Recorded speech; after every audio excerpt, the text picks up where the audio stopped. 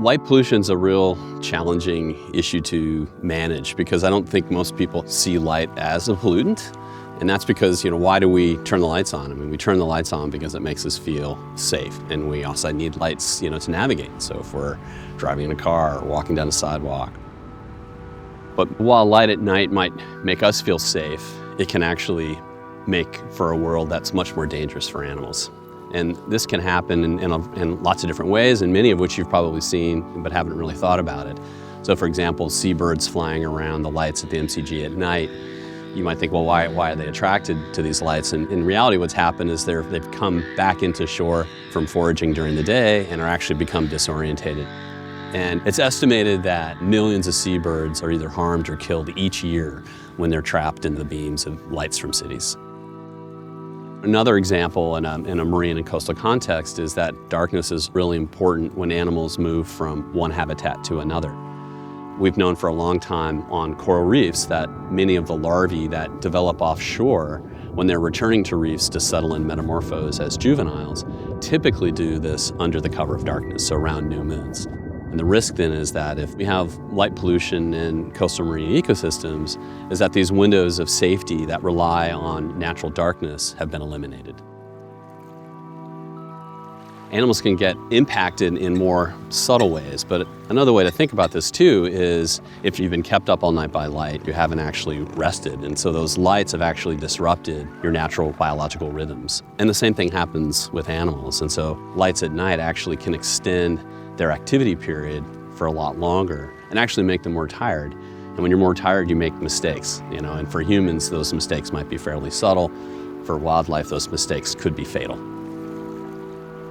So anyone that's been walking around Port Phillip Bay, particularly around the city of Melbourne, will recognize there's actually quite a lot of light pollution.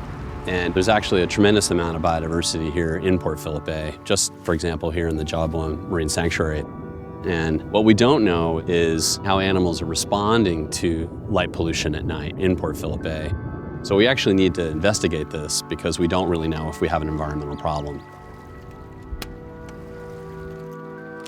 So to understand the effects of light pollution on animals in Port Phillip Bay, we've come up with a bunch of new technological methods, both to measure the light levels as well as the impacts on fish and marine communities. So one thing we've done is create our own infrared cameras. We can't use regular cameras with torches at night because that introduces our own light pollution while we're filming the fish. And normally to do this kind of infrared filming, the technology is really expensive, which means that the scale of the experiment has to be smaller. So what we've done is develop much more cost-effective cameras and infrared lights. And in Port Phillip Bay, we've been putting them out on piers like this under lights as well as in dark areas and comparing the fish communities that we're seeing. We've also developed some really low-cost light loggers to map the light spread around piers like this, including how it penetrates with depth. And we've also put them out in darker areas, so not close to lights, because we've been trying to find out whether the lights around piers mask moonlight, because moon cycles are really important for a lot of marine animals. Another part of this project has been putting out audio moths, which are a device that captures insect and bird calls, and we've been doing this at golf courses. Golf courses are one of the last havens of darkness in urban areas, so we've been putting them out in lit and unlit parts of the golf course to see how it's affecting insect populations and insect communities.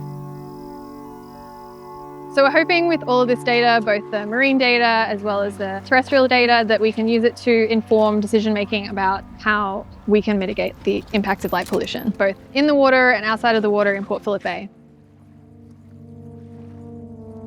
Our research has found that lighting around marine infrastructure and piers actually masks natural rhythms of darkness as well as the lunar cycle. And this can have a range of important ecological consequences for animals that actually time their life histories to those illumination rhythms. Our work has also shown that species that normally would be asleep are actually active at night because of that nocturnal illumination.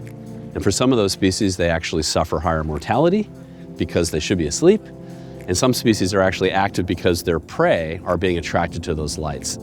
So sometimes we get species that are ecological winners, and other ones are ecological losers. Bottom line is that we're getting unnatural dynamics that are happening because of nocturnal illumination.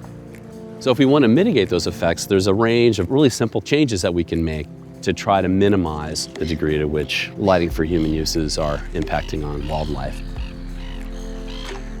So behind me is Altona Pier, and this is a great example of a wildlife-sensitive lighting design. This pier was recently redeveloped and opened about a year ago. And it incorporates a lot of the 6 kind of guiding principles that local councils and local land managers can consider when trying to mitigate impacts of artificial light at night. So a first starting point is we actually want to have naturally dark skies and only put lighting in areas where it's essentially needed. Other principles to consider are to incorporate sensors that allow, for example, motion detection so that lights are only on when they are needed, to not put lights in areas where there are lots of reflected surfaces so that light spills over into larger areas.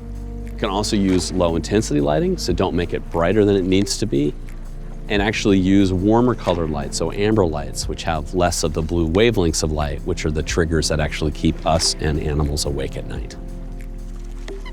So incorporating these principles means we can create lighting so that we still feel safe, but we're actually minimizing the impact on the environment. And that can be done potentially way more economically than it can be to manage other sources of pollution that are much more challenging for us to mitigate their impacts. So it's sort of like, well, why aren't we making changes to how we light at night?